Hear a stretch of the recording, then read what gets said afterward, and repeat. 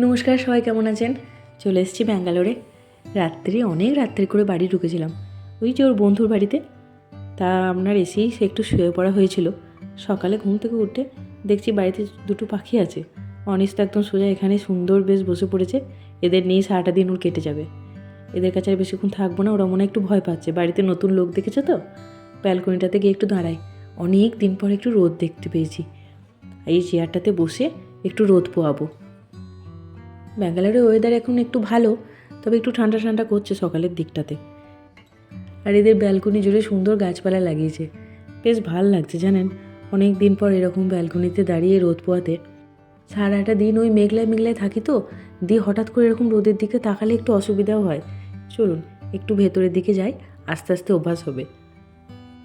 আর পাখিগুলো এখন দেখছি দিব্যি কিচিরমিচির করছে। দাঁড়ান আপনাদের শোনাই।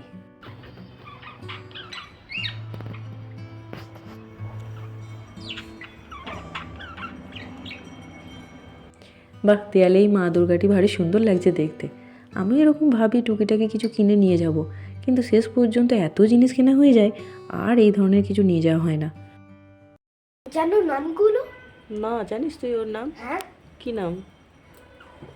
ওইটার নাম এইটা, আর ওর নাম ইভি। এটার নাম কি?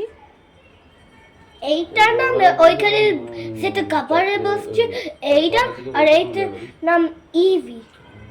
আর এদিকে আমরা দুপুরে আবার সবাই মিলে ঘুমিয়ে গেছিলাম। অতটা জার্নি করেছি তো, তাই ক্লান্তিটা এখনও যায়নি। এদিকে দেখছি উঠে ঘুম থেকে মৈত্রীদি কত রান্না করেছে। চিকেন কষা, আবার আপনার প্রন্স বিরিয়ানি।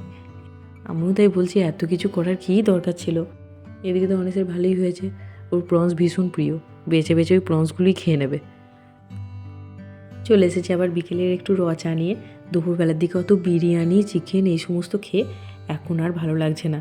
আর বাইরের আকাশটা দেখুন, কি ভালো লাগছে সন্ধ্যেবেলাটা। একটু পরে বেরোবো সবাই মিলে। এখন ওই ব্যালকনিতে যে চেয়ারটি আছে ওইটার মধ্যে বসে সুন্দর আকাশ দেখতে দেখতে, আর হাতে তো রচা আছেই, বাস সন্ধ্যেটা একদম জমে গেছে। সব থেকে ওয়েদারটা এত সুন্দর ওয়েদার, না কি বলবো, না ঠান্ডা না গরম, ওই নাতিশীতোষ্ণ। এখন একটু নিচে এলাম, এখানে প্লে এরিয়াটা বেশ বড়, বাচ্চাদের খেলার জন্য অনেক কিছু আছে।